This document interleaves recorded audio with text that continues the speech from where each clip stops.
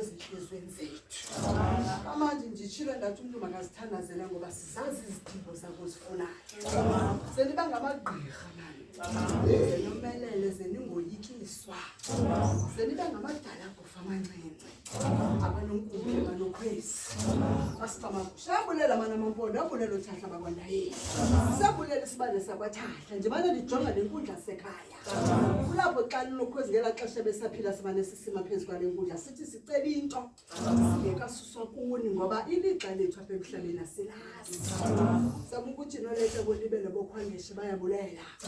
Athi makube kuhle manje makube chosi makube njalo. Sojika ukuthetha ke maqhaha sekhaya.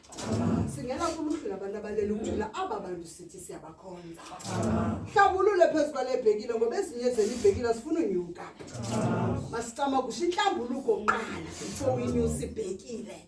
Lokho kuphume kokwena ukukho into ecaphukisileyo hlambulula uthi ndicaphukile ekhaya ukuphuma kwami ngento ethile nento ethile. Manje ithi lenyusa lebhekile kubonakala iphuphumali ixelisa umsholuka sekhaya. Ngoba sifuna indlela zethu zibe mhlophe ucalela indlela yangomso manje. Ukuthi xa ufika kulamazibuko kubonakala niboniswa abantu bakomakwenu. Aba bantu nithwasa ngabo kodwa igama likanokhwezi lona zelingalishiyi.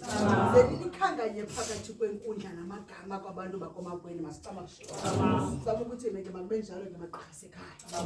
Sizawujika ukuthetha sombele ingoma ke ngokuyenyusa ibhekile. Uyombela emveni koko uzawuthi ityibhekile yakho mhlekazi.